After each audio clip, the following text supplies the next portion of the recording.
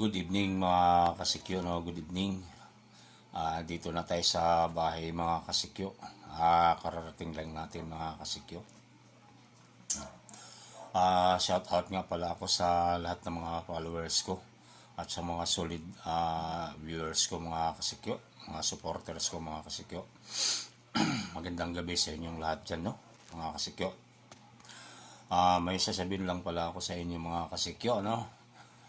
Tungkol kasi sa mga parte kasi sa mga mga content kasikyo, mga content creator, pagbablog, mga kasikyo.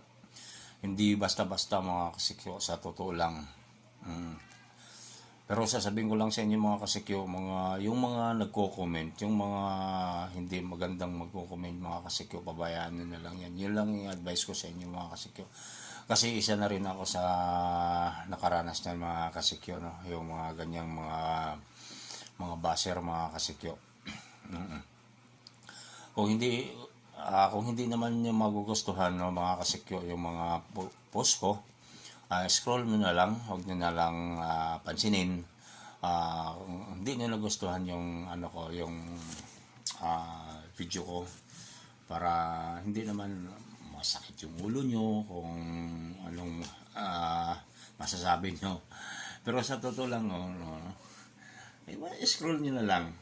Basta kung hindi nyo magustuhan. Kasi hindi biro. Sa totoo lang, hindi biro.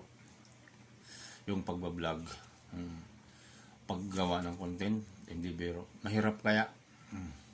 Kaya minsan nga, masasabi ko sa sarili ko, ano na naman kayo, i-content ko para may upload naman ako kinabukasan.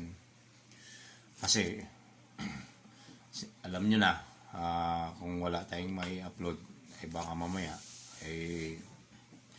mas lalo tayong hindi mapapansin ni boss. Kaya mas maganda talaga yung araw-araw ka mag-upload, kahit 4 o kaya 3, 4, okay na yun. Pero tungkol naman doon sa mga nagko-comment na, no? Pasensyahan na lang kung hindi nagustuhan yung mga post ko. I-scroll na lang. Yun lang ang masasabi ko sa inyo mga kasikyo. Maraming salamat at magandang gabi sa inyong lahat.